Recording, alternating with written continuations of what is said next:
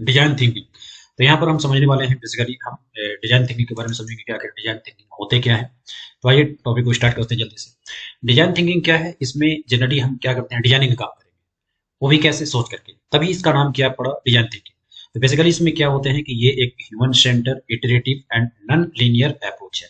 तो human centre मतलब human को प्रॉब्लम जो है, ह्यूमन के जो नीड है उसको देखते हुए हमें प्रोडक्ट को क्या करना है, इंप्लीमेंट करना है या लॉन्च करना है। इटरेटिव हो गया, तो इटरेटिव मतलब जब भी हम प्रोडक्ट को लॉन्च करने जा रहे हैं, जो भी उनके प्रॉब्लम्स हैं, जो भी उनके नीड हैं, तो उनको देखते हुए हमें क्या करना है, बार बार चीजों को दोहराना है। क्योंकि जब हम प्रोडक्ट को लॉन्च करते हैं तो जरूरी नहीं है कि कोई भी कंज्यूमर को वो प्रोडक्ट पसंद ही आ जाए।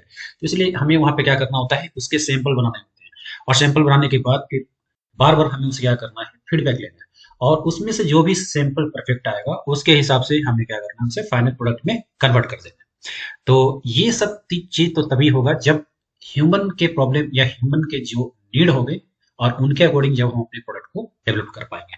तो बेसिकली इसमें क्या है, हम प्रॉब्लम को एक तरह से क्रिएट, प्रॉब्लम सॉल्विंग को हम क्या कर रहे हैं, क्रिएट कर रहे हैं। तो जनरली जो भी लोगों का नीड है या फिर जो जो भी लोगों का रिक्वायरमेंट है उसके अकॉर्डिंग हम क्या करते हैं, इसमें प्रोडक्ट को डिजाइन करते हैं। तो प्रॉब्लम यहाँ पे कुछ भी हो सकता है, जैसे कोई भी पार्किंग इशू हो सकती है, कोई भी प्रोवाइडिंग हेल्दी मील हो सकता है, हाउस सर्विसेज हो सकते हैं, मेंटल हेल्थ हो सकता है। तो यहाँ पर प्रोडक्ट का मतलब ये नहीं हो गया कि बस ये कोई भी चीज गुड्स हो गए, यहाँ सर्विसेज भी आ सकते हैं। प्रोडक्ट का मतलब यहाँ पर सर्विस भी आते हैं। और साथ ही साथ यहाँ पर देखिए बताया गया है, it helps team create innovative, practical and user friendly. तो यहाँ पर साथ ही साथ हम इनोवेशन करते हैं प्रोडक्ट को, और प्रैक्टिकली हम उसे इम्प्लीमेंट करते हैं।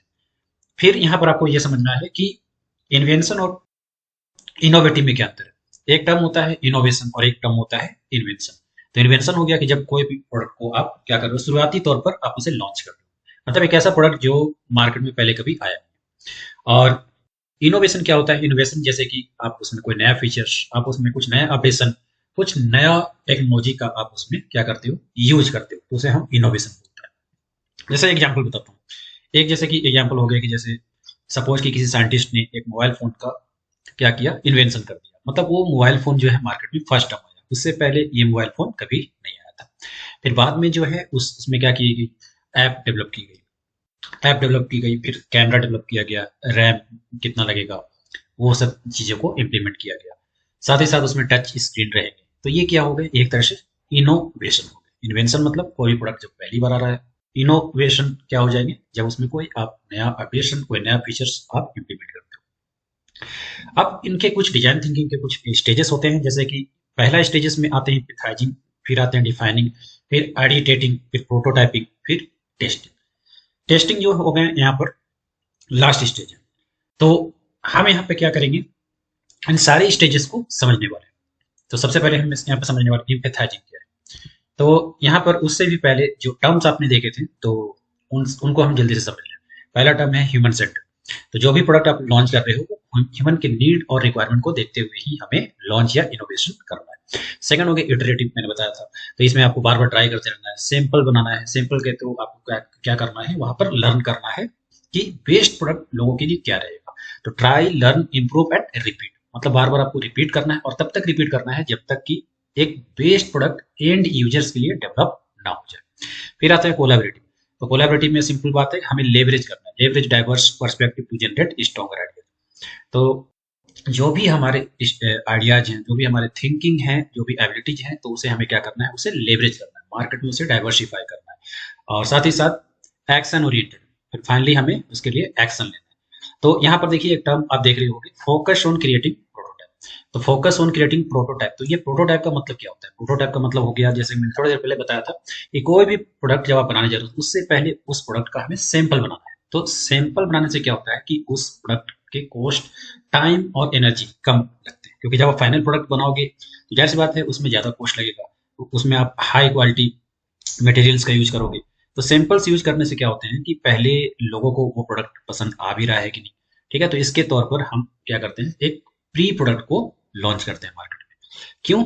ताकि हमें ये देखना होता है कि यहाँ पर रियल में लोगों को वो प्रोडक्ट पसंद आ भी रहा है। फिर हम उसका फीडबैक कराते हैं, टेस्टिंग कराते हैं, ठीक है। तो ये थे की प्रिंसिपल। अब फाइनली जल्दी से स्टेजेस को समझ लें।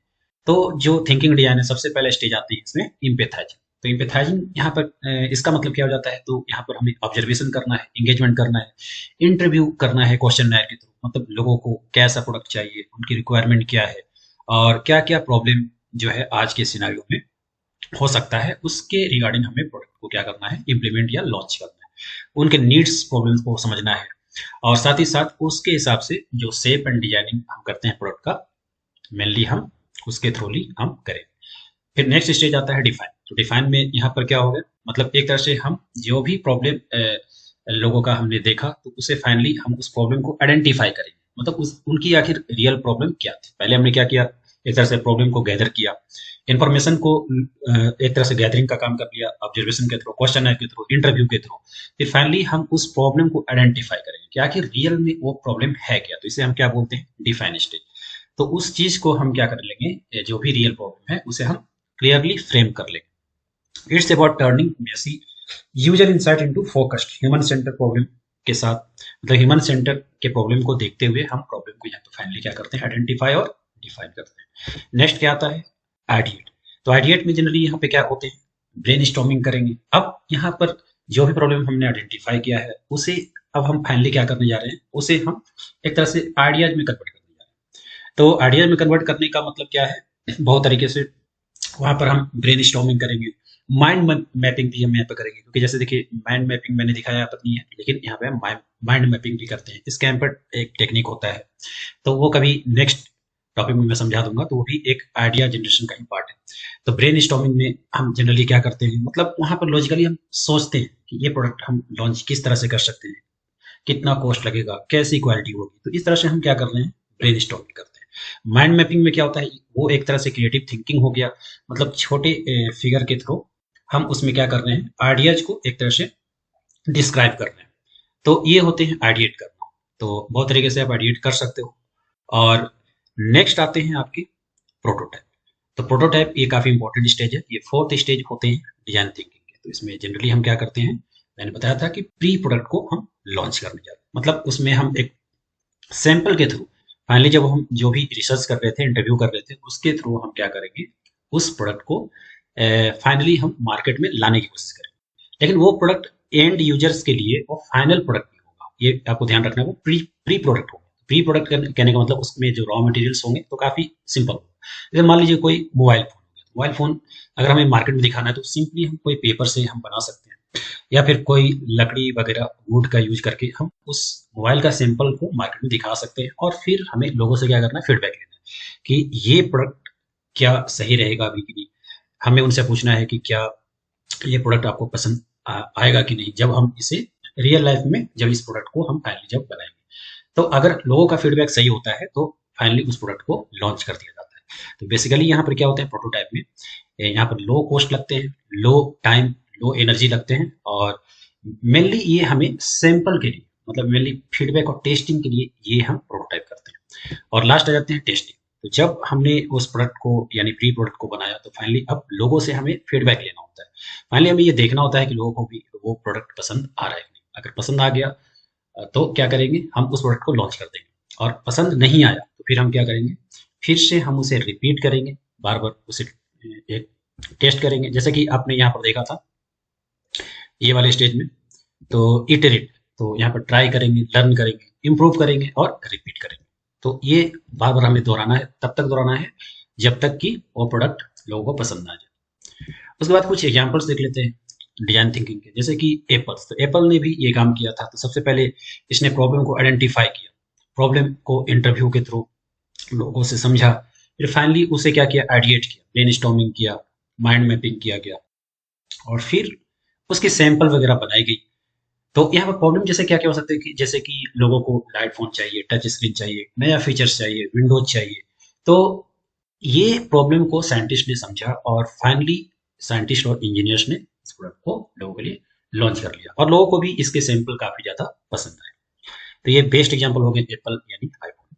नेक्स्ट हो गए पेटीएम डिजिटल पेमेंट्स। तो पेटीएम डिजिटल पेमेंट्स में जैसे कि यहाँ पर देख सकते हो, जैसे कोई भी देश, जैसे कि खास करके एग्जाम्पल इंडिया के हो गए, तो इंडिया में लोगों ने जो एंटरप्रेन्योर हैं,